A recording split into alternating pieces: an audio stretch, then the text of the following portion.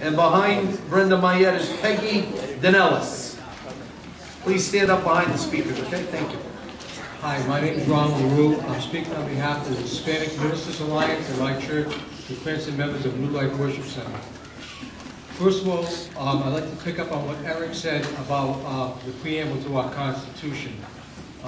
We have some lawyers on the board. You know that the Rhode Island Constitution is the supreme law in the state of Rhode Island. There's no higher authority than that law. That being said, I'd like to read that into the record. We, the people of the state of Rhode Island and Providence Plantations, grateful to Almighty God for the civil and religious liberties which He has so long permitted us to enjoy, in looking to Him for a blessing upon our endeavors to secure and transmit the same unimpaired to succeeding generations, do ordain and establish this Constitution of government. And I want to emphasize that part about unimpaired to succeeding generations, because it's my opinion that if you take it down, you're violating that part of the Constitution, which is the supreme law. I've submitted to the board a DVD. I don't know if all of you got to see it. If anybody else wants to see that DVD, you can get it on YouTube. It's a constitutional tour of the Capitol by David Barton. It's very, very enlightening.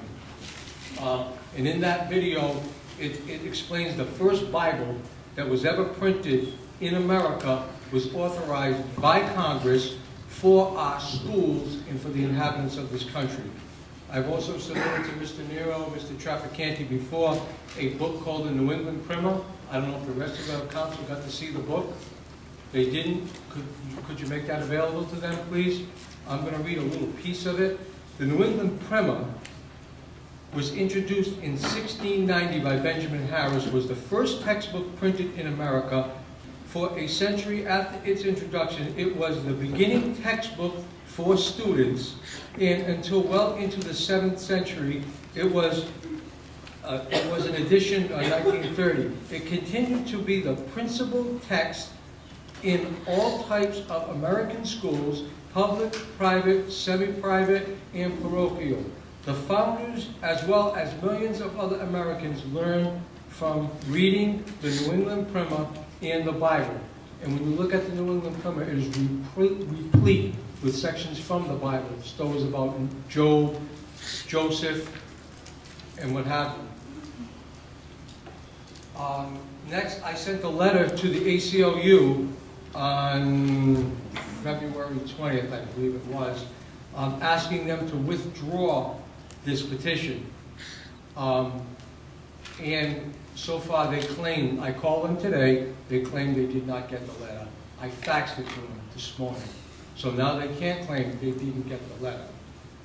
All your council got it when I emailed it to you, asking them to withdraw the letter because we feel what they're doing is content-based discrimination.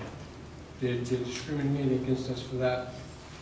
And the second point I would like to make is about what some people have said, the morals in this country. That letter, in that letter that I sent to the ACLU, I had a quote from John Adams that says, "We have no government armed with the power capable of contending with human passion unbridled by moral and religion. Our Constitution was made only for a moral and religious people. It is wholly inadequate to govern any other."